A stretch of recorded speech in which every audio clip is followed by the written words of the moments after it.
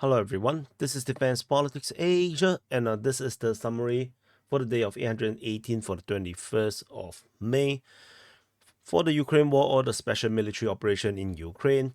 It's also known as the SITREP or the situation report. We're going to start off with the frontline changes report, and we have multiple changes again over the past 24 hours. A lot of change over at Starytsya, Makiivka, Ivanivske, Klishchiivka, Novooleksandrivka, Sokil, Netailove, as well as Novomykhailivka. So let's start off with the Kharkiv Front over at Starytsya. So at the Starystya region, there is a geolocation over here within Starystya itself, highlighting Russian movement towards the center of Starystya. The Ukrainians probably are still at the settlement with despite the Russian Defense Ministry has declared that they have captured Starystya on the 18th of May. It seems like the fighting is still ongoing around this region here as the Ukrainian Defense Ministry continue to report about fighting in this area. And the geolocation is of some of Ukrainian Russian forces getting fired upon by the Ukrainians, probably by artillery. I didn't see the footage, so that's about it. So this is a frontline change over at Starytsya. Over the next frontline change is over at Makiivka. Over at this front, this Makiivka is Kreminna Front. So at this region here, due to a geolocation of Ukrainian forces getting hit by airstrike, this invalidated the entire front the overlapping claim, because previously the Russian line is here, which means that the Russians are not at this region here, which means that the Ukrainian mapping is actually more accurate. So we have this frontline change around at Makiivka. So there's just one update. It's an invalidation of the Russian claim. The next frontline change is over at Ivanivske. So Ivanivske is over at the Bakhmut Front. This is Bakhmut city, and the Russian forces have advanced in this area here. This is actually a Russian claim, so the Russian forces have expanded their control around Ivanivske. However, based on the Russians mapping, the Russians do not have this area here. They did not in the Russian mapping did not claim this area. However, we have already mapped this based on Ukrainian mapping as well as some geolocations. So no, yeah. So this is the combined mapping. So this is probably what's currently happening with the Russians having created a full buffer around Ivanivske. But of course, this is just a Russian claim, so we'll continue to wait and see if we have any corroboration. The next frontline change is south of Klishchiivka. So yesterday I mentioned about this this weird geolocation where we do not know where the Russians attack from. We now with over the past 24 hours, we have more information and more geolocations, with Russian forces raising the flag in the middle of Klishchiivka and geolocation of Russian forces in the most southern part, which makes this a very phallic looking thing, border appearing in Klishchiivka, and the Russian forces went deep all the way. They went all the way in, and so this which means that we now know that the Russian forces actually entered from the north all the way to the south, and even geolocated all the way at the very end. But this does not signify the capture of Klishchiivka, because there is still parts of Klishchiivka that is not captured by the Russian forces. So the Russians still have work to do, and the settlement is so flattened that it's very unlikely that the Russians want to stay within this region here. It's going to take a lot of effort, I think, for the Russians to capture, because everything around in here is on the high point, so it's going to take a while. So I'll talk more about it in the strategy and tactical reporting. So this is Klishchiivka. The next frontline change is over at Novooleksandrivka, over at the Avdiivka Front. So this is Avdiivka city. This Avdiivka city, and over at Novooleksandrivka, the Russian forces have entered Novooleksandrivka, with the Russians geolocated right at the entrance through the tree line into Novooleksandrivka, and this marks the start of the battle of Novooleksandrivka, and we will continue to monitor and see how this develops. So this is a surprising change. This because the Avdiivka front, we are seeing a lot of Ukrainian counteroffensive, and somehow the front line still move uh, in the favor of the Russians. The next front line change is over at Sokil. So the Russian forces have taken this tree line in the northeastern part of Sokil, expanding their control. There is supposedly some heavy entrenchment around here, and of course a massive fortress in the north of Sokil. So the Russians are going to be grinding to a halt in a way. It's going to take some effort before they can start the battle of Sokil. It's going to be quite difficult. The next frontline change is also at the Avdiivka front over at Netailove. Yesterday I mentioned about the Russians needing to go south, capturing the ground, the urban area, the industrial area or farming area south of Netailove, because the Russians have already taken all of this residential neighborhood. So we indeed have this update based on the information from Deep State UA, the pro-Ukrainian source, showing the Russians have indeed taken a huge chunk of this southern part of Netailove. It's still not over yet, but it's pretty soon, because the Ukrainian forces only left with a little bit of Netailove to defend. And if this little bit has fall to the Russians, then Netailove will be captured by the Russian forces officially. So we are looking at soon Netailove, the fall of Netailove, very soon, within the next 24 to 48 hours. And the last frontline change is over at Novomykhailivka. So over at Novomykhailivka, there is an expansion of the Russian control over in this region here. Russian forces attack in the southern part of Paraskoviyevka, and this is indeed geolocated, with the Russians starting to get a foothold along the tree lines heading towards Konstantinivka. The Russian forces, with this geolocation, clearly have taken control of this entire area, and they're going to start to advance towards Konstantinivka through the tree line, and start the battle of Konstantinivka. There is no updates regarding Paraskoviyevka in terms of frontline change, so not even battles, so we do not know when the Russians would want to take it. But anyway, that's all for the frontline changes report. And so we're going to move on to the strategic and tactical reporting. And we're going to start off as usual over in the Kharkiv Front. So over at the Kharkiv Front, we have before we go to Kharkiv, let's do some Sumy. There's a geolocation of a air defense radar getting destroyed over at Peshchev. So at Peshchev. So that is taken out. And that's all for the Sumy region. Over the Kharkiv Front, at the Kharkiv region, there is a geolocation of a hit on the Ukrainian mortar over at Ivanivske. This is not where the main battles are happening, but the Russians are still paying attention of Ukrainian forces around in this northwestern part of the Kharkiv Front.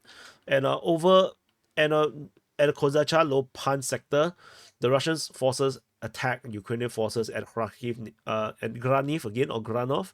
So another hit, or it might not be an offensive, it could be just fire attack, but either way, Ukrainian forces defending this border town has been hit by the Russian forces. So that's all for the Kozachar Lopan region. We continue to have no news about Avdiivka. I think this is totally not there. I think we'll soon be invalidating this mapping very soon. Just gonna give it a little bit more time to brew, and so that's all. Over at the Lyptsi sector, so this is the Lyptsi sector. At the Lyptsi sector, the Russian forces continue their attack over at Lyptsi, according to the Ukrainian Defense Ministry and Ryba. So Russian forces are still attacking south towards Lyptsi and in the direction of Slobozhanske. The Russians are also attacking south of Lukyantsi. Tentatively, it looks like they're getting trapped as the Ukrainian forces sent reinforcement into this region here, successfully holding back the Russian forces over in this region here. So no frontline changes is registered. Over in the middle of Lyptsi, there is a bombardment by the Russians on the Ukrainian position over Lyptsi. And if we zoom further down, at Vasily, there was a lancet hit on the Ukrainian artillery over in the south of Vasily. As you can see, previously we have already reported some shelling over in this region, as well as some geolocations. So some shelling. So Ukrainians definitely have some forward operating position over at Vasily and Vasily, which allows them to react to fighting over at Nikushne, Lukyantsi, as well as Lyptsi. So this is why the Russians are paying a lot of attention around this area here. And this position is also heavily defended. There is multiple heavy entrenchment protecting Vasily, as well in the area of Mali Vasily. So this is definitely a military stronghold for the Ukrainians. So taking this will be strategically important for the Russians to take on top of Lyptsi. So the Russians, if they can take Lyptsi, Vasily, and Mali Vasily, then the entire region here would collapse and push a front line further down. So that's all for this area. Over at the Nikushne region, there is no fighting being reported around here. There's only one geolocation of Russian bombardment on Ukrainian positions just off Zeleny, but that's about it. Over at the Starystya sector, there is a geolocation, as per mentioned earlier. Russian forces geolocated in this center part of Starystya, with the Russians continue to push down from Buhruvatka direction towards Starystya. And there is still no indication that Starystya has been captured fully, other than the Russian Defense Ministry's assertion on the 18th of May. Ukrainian forces are counter-attacking according to the Russian Defense Ministry for both days already, 20th to 21st. Russians are still being reported to be attacking according to the Ukrainians. So Ukrainians are definitely holding a defense. I don't think Starystya is captured. The Russians are pushing, and we will continue to monitor the situation. Similarly, over at Buhruvatka, Ukrainian Defense Ministry also mentioned the Russians are attacking out of Buhruvatka. So unsure the out means what? Is it going towards Pralivka or crossing the river over into the forest, or are they actually heading towards Starystya? So not exactly sure what do they mean by from Buhruvatka, or are they heading south towards along the river? So let's continue to monitor and see how this develops. And over at the Vovchansk sector, things is getting simpler. In terms of the reporting, there is only the Russian side attacking, according to the reports from Ukrainian Defense Ministry and Ryba. And the fighting is currently in the center, while the Ukrainians say that it's in the north. So, but both could be correct, because this center part is also considered the northern part, the northern half, because of the Vovchansk River around here. So both are not wrong. Ukrainian forces are conducting counterattack over the Vovchansk region. So we will continue to monitor. Unsure where the counterattack coming from. Is it from across the bridge, or coming from the west, or coming from the other parts, crossing the river? Not sure. We will just continue to monitor.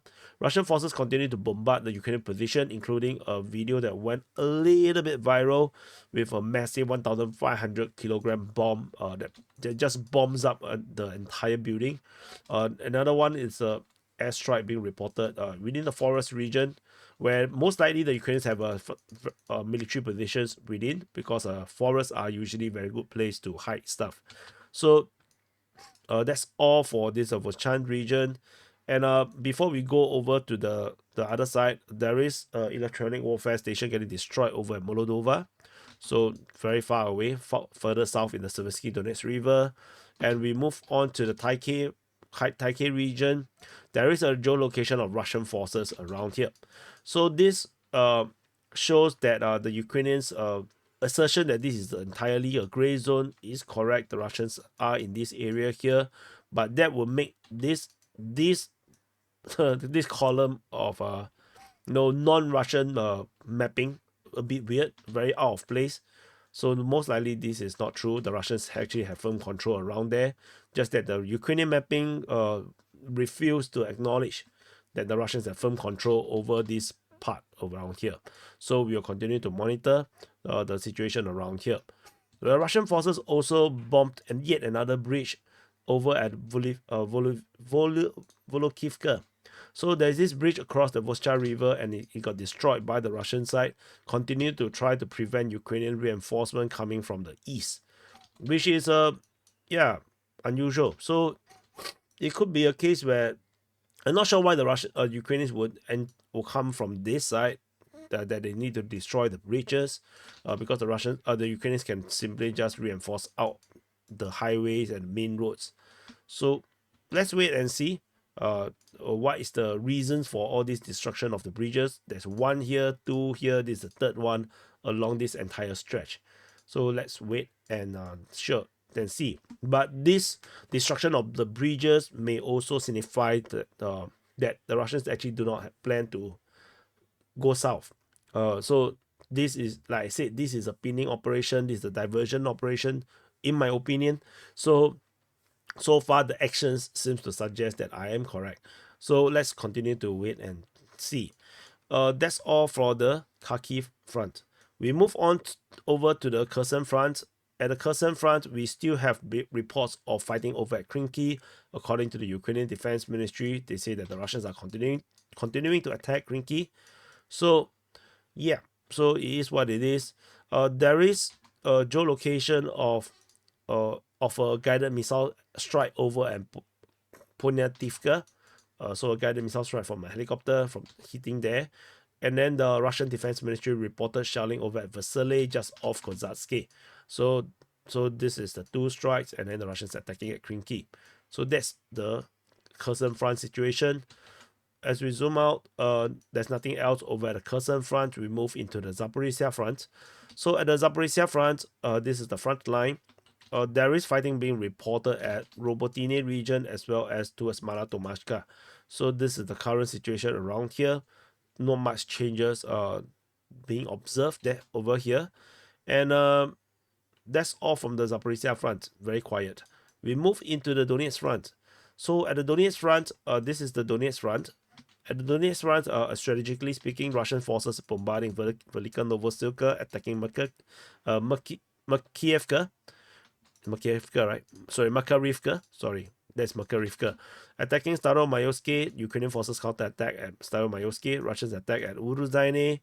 And then there is attacking, there's some fighting off Novomykhailivka, fighting at Boyeda, Georgievka, and the Battle of Krasnohorivka continues. So this is the strategic situation over at the Donetsk Front. Over the Velika Novosilka sector, there is geolocation of airstrike on Ukrainian positions very close to where the front line is, and the Russian forces are geolocated to reveal a Marine Corps flag over at this southern part of Urozhaine. At Staromayoske, the battle continues over for this settlement with the two sides clashing, but not much information. The Russians are allegedly also attacking towards Makiivka. So let's continue to wait. So it looks like the Ukrainians have very strong defense around this area here. So the Russians did not really have much progress in recent days. So we move on from from this Velika Novosilka sector over at the Novomykhailivka region. Geolocation of Ukrainian forces getting hit by FPV drone in the western part of Konstantinivka, confirming Ukrainian presence around here. Russian forces geolocated along at the beginning of the tree line. So this tree line heads towards Konstantinivka, which means that the Russians have a foothold on the tree line, which allows them to start to push towards Konstantinivka, and that's about it. Further up north, over at this Georgievka, there is fighting being reported here, according to the Ukrainian Defense Ministry. Battle of Krasnohorivka continue, also according to the Ukrainian Defense Ministry. There is geolocation of FPV drone hitting Ukrainian forces on the eastern part of the front line. And I think there is Boyeda, but this reported by the Ukrainians, but I forgot to mention. But not sure what is this about. Maybe just a one-off, so nothing very, very significant. So that's all for the Donetsk front. Over at the Avdiivka front in the southern flank, so at the southern flank of the Avdiivka front, Russian forces are attacking at Netailove, Netailove, Yasnobrudivka, clashing the Ukrainians over at Umanske. Russians attacking at Semenivka towards Novooleksandrivka, Persia. And particularly, the significant thing is, of course, Netailove. The Russian forces, as mentioned in the frontline changes report, have expanded their control into the southern industrial area, and they have captured most of it. There is still a little bit left that the Ukrainians are holding, and if the Russians take it, then the capture of Netailove will be complete. And I believe that this will happen within the next 24 to 48 hours. It's going to be very, very close, very, very soon. So that's all for Netailove. Otherwise, the strategic situation around here all didn't change much. Over in the northern flank of the Avdiivka Front, Russian forces are attacking towards Kalinove. Ukrainian forces counterattack towards Robotyne. Russians attack Novooleksandrivka towards progress in the area of Sokil towards Ivanivske, attacking Sokil and in clashing with the Ukrainians at Solovjove. So the Ukrainians pincer is still, they're still trying, but this is very weak according as compared to what the Russians are doing.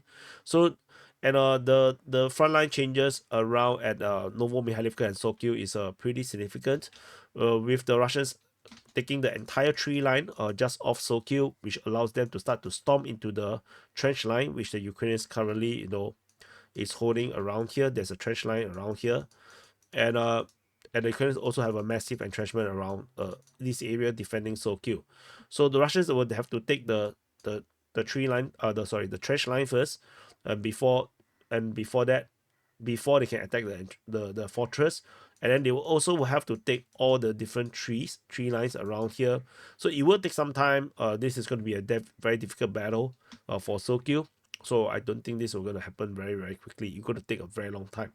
Over at the Novooleksandrivka region, Russian forces geolocated at the end of this tree line, basically in the outskirt or basically at the edge of Novooleksandrivka, which means that the Russian forces has begun storming Novooleksandrivka, which means that the battle of Novooleksandrivka has begun.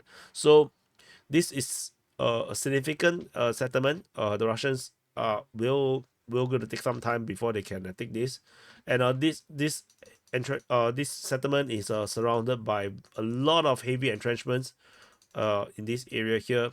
So they can attack through, but they will be very vulnerable even if they capture the settlement, because the Ukrainians would then be able to attack them from multiple directions. So it's not going to be a straightforward battle, so it's going to take some time as well. This entire area is just heavily entrenched, so it's going to be a slow crawl for the Russian side. And we move on to the New York Front. At the New York Front, there is only one report of Russians attacking New York, according to the information from the Russian Defense Ministry, and that's about it. We move into the Bakhmut Front. In the southern flank of the Bakhmut Front, Russian forces expanded their control over at Ivanivske, as mentioned in the Frontline Changes report, and they are attacking Avdiivka, and they have penetrated and captured most of Klishchiivka. So they went all the way in, very deep. They went all the way into the settlement, and the latest geolocation basically simply shows that the tank is operating right here at the rear, at the southernmost position. The fact that the tank can drive all the way to the southern part shows the weakness of the Ukrainian position right now, and Ukrainians are struggling to hold the Russians at this moment in Klishchiivka. However, what they do have is the high ground. This entire western part of Klishchiivka is the high ground, and the Russian forces must take this entire high ground, before they can capture Klishchiivka. If not, any positions within the settlement is just sitting duck for any Ukrainian sniper or anti-tank guided missiles, which they can actually just hit anyone inside. So Russians must start to attack into the high ground and capture it, or they will not be able to hold Klishchiivka. So the fact that the Russians are in the settlement also means that this entire area here, all these fields here are definitely under Russian control right now. So if there's any Ukrainian positions are still defending around the lake region, I don't think they want to stay there. They're going to start to want to redraw, because they will be encircled. So we will definitely see some major changes in terms of the front line over at Klishchiivka. However, Klishchiivka capture solely depends on the high ground. So the Russians may have to start attacking from the settlement and pincer it from attack through the heavy entrenchment over in the north. So that's the only way. If not, Klishchiivka cannot be secured at all. It's just not possible. And if the Russians can secure Klishchiivka, you can definitely see that the Ukrainian positions around here, north of Avdiivka, will not be holdable. They will have to withdraw, and then it will start a major collapse of the entire front line in the southern part of Bakhmut, slowly forcing the defense to go into the second line of defense along this tree line, west of the high ground, as well as Avdiivka. So we will definitely continue to monitor the developments around the southern part of Bakhmut front. Over in the northern part or center part, Russian forces continue their attack over in the Novi region, as well as towards Chasiv. Geolocation of attack on Ukrainian position. I think this is a FPV drone grenade dropping strike over in this Novi region, and within Chasiv there is airstrikes being geolocated. So the Russians are continuing to hammer on the Ukrainian forces defending Novi and Chasiv. So we will definitely continue to wait and see how this develops. And we move on. That's all from the Bakhmut front. Konstantinivka was being mentioned by the Russian Defense Ministry for shelling, but that's about it. Over at the Siversk Front, Russian forces attacked at Urozhaine, Vimka, and Bilohorivka. There is not much other information regarding this. We will continue to monitor. As mentioned yesterday, we have this big major news about the change of the front line. So this will have strategic implications, but we will definitely have to wait for more information, as the Russian forces in this front line is extremely disciplined. They do not reveal any secrets. So over the Kreminna Front, in the southern part of the Kreminna Front, Russian forces are attacking at Hraniv and Dibrova, as well as Novosadove. That's it around the southern part. In the northern part of the Kreminna Front, Russian forces are attacking at Nevsky, as well as some changes over at Makiivka, which I already mentioned due to geolocations. The Ukrainian forces actually, their mapping is actually more accurate. Ukrainian mapping is more accurate than the Russian one. Russian forces geolocated at the edge of the front line, so this does not change the front line, but confirm that the Russians have presence in the western part of Buhruvatka. Ukrainian forces in the south of Nevsky is airstrike by the Russian side. So we will continue to monitor. The situation generally is considered rather stable. The Ukrainians are holding the lines, and the Russians have not been managed to make any headways in this Kreminna front. Over the Svatove front, Russian forces Russian forces are attacking Novomykhailivka. Ukrainian forces counterattack over at Starytsya. So very small scale. So nothing very significant happening around here. We move further north over at the Kupyansk Front. At the Kupyansk Front, Russian forces attack at Synkivka, Ivanivske, as well as Berestove. So the Battle of Berestove is currently ongoing, with the Russian forces already capturing a quarter of it. So this is currently happening, but there is no news currently about Berestove. We will definitely wait and see how this continue to develop. And that's all from the Kupyansk Front. And that's it. So this is the summary for the day of 818 for the 21st of May. Press the like button, subscribe. And I'm going to retry again to post short clips. I try not to duplicate the videos if I can. Yeah, I know some of you guys are very disturbed by the duplicating videos, like the same video being posted on both sides. There's no choice, because I'm trying to maximize the reach of the videos so that it makes the effort more worth it, because the algorithm is broken. But so what I did, I'm now trying a new thing, is I go to redo the clips again. I'm going to take out snippets from the full SITREP. Usually I try to do 3. I think I will standardize to 3 unless there's really very significant thing happening. I'll do 3. One of them would be a frontline changes report, and I'll just publish them on the main channel, and hopefully that increase the reach, increase revenue, and make the Ukraine war reporting sustainable. The main problem is not your comfort issue. The problem is, if there's no revenue, this cannot be continued. So revenue is very, very important. If not, then I can't answer to my family, I can't support myself, I can't pay my bills, then no, I have to do something else. So that's why I have to do what I have to do. So hope you understand, and I'll see you guys in the next update.